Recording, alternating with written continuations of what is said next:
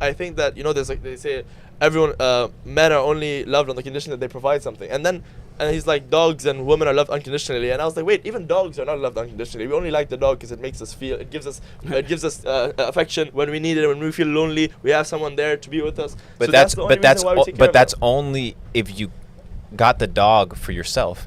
If you went and got a dog that you found in the street that was disabled, and you actually said, my life's purpose is to make sure this dog lives a good life, regardless of how inconvenient it is to me. There are people that do that. But it made you feel like a good person. Maybe not. Maybe no, it did. Yes, but maybe the intention isn't, because brother, it's self-righteousness. You're not out here professing it to the world. I'm saying there's things that are done in secret, good that's done in secret. 100%, people that which donate, is the ultimate good. 100%. Yes. No, like this, I 100% agree. Yes. That it happens, but I think that I'm not only talking There's, about brother, an exchange of value, there's, but some things in life, they make you feel good, even if you do it in private. Let me tell you, brother. There's a parable in the Bible. Yeah. Where Jesus says there's two different people that enter the synagogue to tithe, which is to donate and to give a percentage of their earnings. Yeah. Here comes this big businessman dropping bags, loud. He wants everybody to see him. He got his reward. He got the praise of man. This old lady comes, widow, walking, drops 2 little pennies. Jesus says, who do you think gave more? The one that it hurt them to give? To be so giving that you give everything that you have? Or the one that gives left over? And didn't feel it. Doesn't feel it. Get it. You need to give to the point where it becomes where it hurts. That is where selflessness comes in, where it transcends the feeling of good. And there's people that are selfless, brother. Look at these people that are out here, Mother Teresa, people of this nature, women like that. Their entire life is based off of what? Sacrificing for other people. That's a huge ordeal. I think that exists, and I think it can exist in the business space as well. Mm-hmm. If not, well, we'll bring it. We'll make it happen. Yeah, I mean, I do see where you're coming from, 100%, no doubt. I changed your mind, brother. You're good. New data set. Honestly, new data set. Not really, but maybe I will get there. Maybe I'll get there. Right now, I don't know. Just my experiences, you know what I mean? But like, what's a lesson both of you wish you learned sooner in life? Great things take time. Because I started my journey of trying to become an entrepreneur very young, around 13, 14. Nice, me too. Throughout high school, I had a lot of sadness and anxiety because I wasn't successful, and all these things that I was trying were not working. And I used to beat myself up so much. In fact, I found one of my old journals from high school, and I was writing in there, and I was like hearing that voice of that kid, and he was talking about how sad he was and how he felt like a failure and how life wasn't going his way. And if I could sit with him right now and just tell him where he was headed, I think not only would I have been successful faster, but I would have had more enjoyment on the process. But perhaps it was necessary for me to go through that to come to this realization. But that is something I wish I learned earlier. Me too. If there is one thing that I wish I learned earlier, is that there's nothing to achieve beyond yourself, beyond the actualization of yourself. No business that you build, no accolade that you receive, no title that you gain, no amount of money that you earn trumps or beats the self-actualization process of an individual, where you understand that your purpose is to become the best version of yourself, and that your identity doesn't lie in your achievements and what you do and what you have, but that you know that you are enough in and of yourself, and that you can live a life of peace. I wish I would have learned that before, because you start doing all these things, you start making all this money, you start doing all these businesses because you want your identity to be worth something, because you yourself don't find any worth, because you've been told what is worthwhile. The dude from Louis Vuitton is selling you the fucking pipe dream, mother. What is he selling you? That the Louis Vuitton bag is gonna make you dope. He conned everybody. There's a verse in the Bible that says, at the end of times, the merchants will deceive the entire world. Bro, that's all a scam. It's a gimmick. It's a facade. And now he's the richest man in the world, just recently. There you go. Yeah. So you start realizing that it's a capitalization on the identity of individuals. because people cannot have a self-identity because they don't know who you are. I wish I would have learned that I am enough, so that while I'm doing these things, I'm not doing them to find who I am, but I'm doing them because I am. Nice. And you know what's interesting about this guy, Brandon Arnold? You won't even see him ever wearing like a loud logo or anything. So he just basically conned you guys to wear all these. You guys look like LV billboards. And he doesn't even, you never see him wearing a single LV t-shirt or one of these jackets, you know, with the like reflective. He knows what it is. It's a bunch of walking billboards at the end of the day. And yes, they are selling the dream. They do it with the cars too. Yeah. The cars are fun, but you think when you get that you're gonna change at all? True. You're still that same person. Yeah, facts, honestly. Cars especially. Cars are an interesting one because it's like you feel like they're fun. You know, it's easy to They like are yourself. fun. They are You fun. can like yourself and tell yourself it's not materialism. It's just that I really enjoy going fast. You know what I mean? Yeah. So it's a tricky one. But Cars are great. It's the issue isn't the car. The issue isn't the Louis Vuitton. The issue isn't any of these things. The issue is when your identity is placed in them, and when that is stripped from you, you are nothing. That's your if I value. was to take away your car, if I was to take away your designer, Your watch. what would be left? Or are you a carcass of the dreams of other men? That's So good. many people are that. A carcass of the dreams of other men.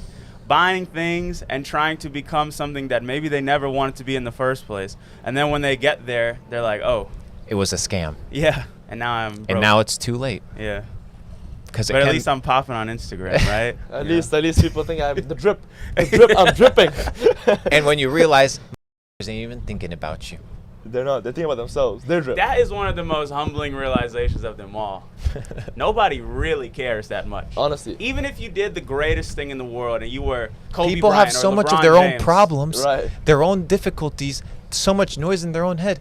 Brother, Nobody. if you died today, your mother, me, and maybe another 50, 75 people show up.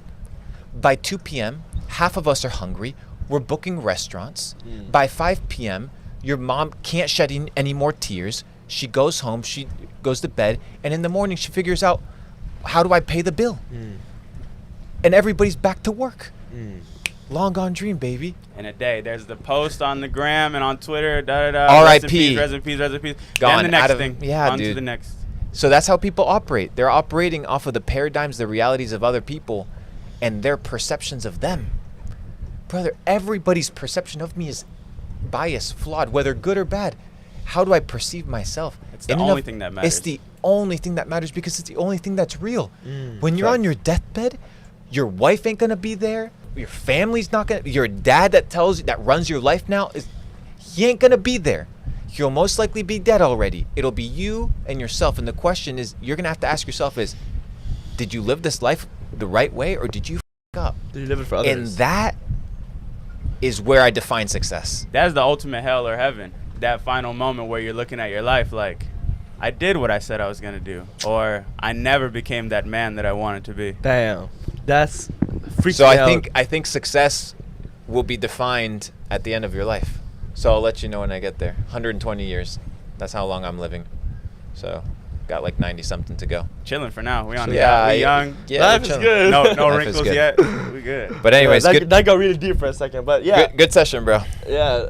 From like this, they say like when you're 20, you're worried about what everyone's thinking about you. When you're 30, you stop caring about what people think about you. When you're 40, you realize people were not thinking about you in the first place. Try to get to that point at 40 sooner. Yeah, no. Or- Sooner the better. Or Yeah. just realize it right now. Yeah, listening exactly. to this. Yeah. Just switch it on. Reprogram. Reprogram. How do you rewire your brain? Because I know it's something that people think about all the time. How exactly? Because some of my beliefs are formed. Let's say someone's watching this video. His beliefs have been formed already. It's too late. He's been formed by the news, been formed by society, by the schools.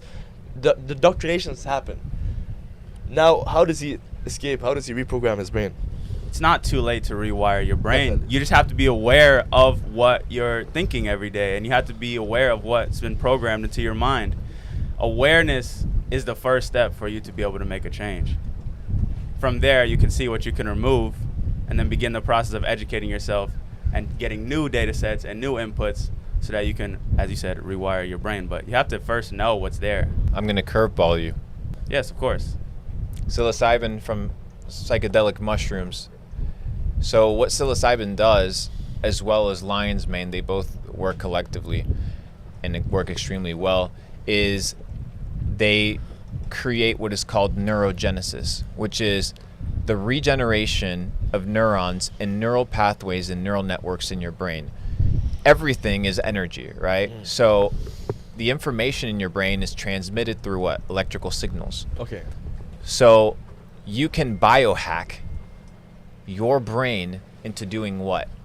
Processing information differently. So you intake lion's mane, and what are you doing? Creating new neural pathways and new neural networks to find your brain will find optimized ways to pass information. So now what you're doing is you're saying, how do I rewire my mind? Biohack it, supplement it, increase your ability to what? Have better neural network, better neural transmissions, have new neurons come in. And then what I like to do is also stretch my spine. I know this was a completely curveball, but you have to understand the physical implications of changing your mind, because you drink tap water, you have brain fog. Your pineal gland's calcified. You eat junk food, your life is. So you want to change your mind, you have to change what? Your gut. We talked about this, right? Because your gut operates like an individual. It thinks in and of itself. Start looking at the microbiome. It's crazy. But anyways, back to psilocybin and lion's mane and neural network pathways. So your spine operates as what? The pathway of what? Electricity. It's the road. It's the highway of your body. Everybody's stiff. Everybody has scoliosis. Everybody's sitting down. So all these things, you start realizing, whoa, there's huge implications as to why I feel lethargic, why I have brain fog, why I have ADHD. But no, let me just, instead of thinking for 30 minutes what my problem is and why I'm so unhealthy and why my brain's not operating, let me go take some medication from the doctor. Or a nap. Everything that pharma has created, nature has a natural solution for. All of it. We are self-sufficient in and of ourselves, but once again, people are lazy. So what? They depend on somebody else for their problems and the solution of those problems. So once you understand that if you want to rewire your mind, you also have to rewire your body. Your biochemistry. Then you start operating in a different way. You can't start dumping motor oil into a machine that isn't designed to have that motor oil. You're going to be. That's how it works. So take care of your biology. Take care of your body, take care of your mind, and I think that that's a great step to rewiring your operating system from the physical side, because we didn't address that, but it's extremely important. Super important. Yeah, yours is like more of like a belief, but it's interesting what you said, because I've tried, and I've tried lion's mane, the pills, and definitely I feel like, honestly, I didn't feel it too much, but I felt a slight improvement of clarity, the brain fog feeling, and like what you said last podcast episode, when you say I have a gut feeling, what does that mean? People didn't dissect it, and you dissected it in the last video, which we did, which was your gut's like a second brain, and it determines how you feel, your mood, what type of what's it called? It regulates your emotional stability through serotonin. So people are like, I'm not happy. They think it's a mental problem. Maybe it's somewhere else. But people have been lied to into believing that they're sick in the mind. I have a chemical imbalance. Let me take this pill from the therapist, as opposed to how do I get chemically balanced? Let me not eat McDonald's. They think McDonald's will make them happy. But it's insane. The Happy Meal, bro. The Happy Meal. Wow. Wow. The Happy Meal. I'm not gonna lie. I used to tear up some Happy Meals. Bro, that was a big Macs, deal. Bro, Big Macs. It's a great name though for such a shit product. Terrible product. All right, this has been an amazing episode. Thank you guys so much for being here, both of you guys. It's been an honor. I hope you guys learned something from this video. This is some wisdom directly from two people who have accomplished so much at such a young age. You should definitely check them out online. And yeah, thank you guys for watching. Leave a comment if you enjoyed this. I'll see you guys in the next one. Make sure to subscribe to this man as well. He's on a path to greatness. And not just you watching it live. And the few people that are left at the end of the video now, not just a comment. What are you learning? Give me a data set. Don't just extract value. Give some value back to us. I'll be reading the comments, see if you guys drop some sauce. Same here. Peace. All right. Best regards.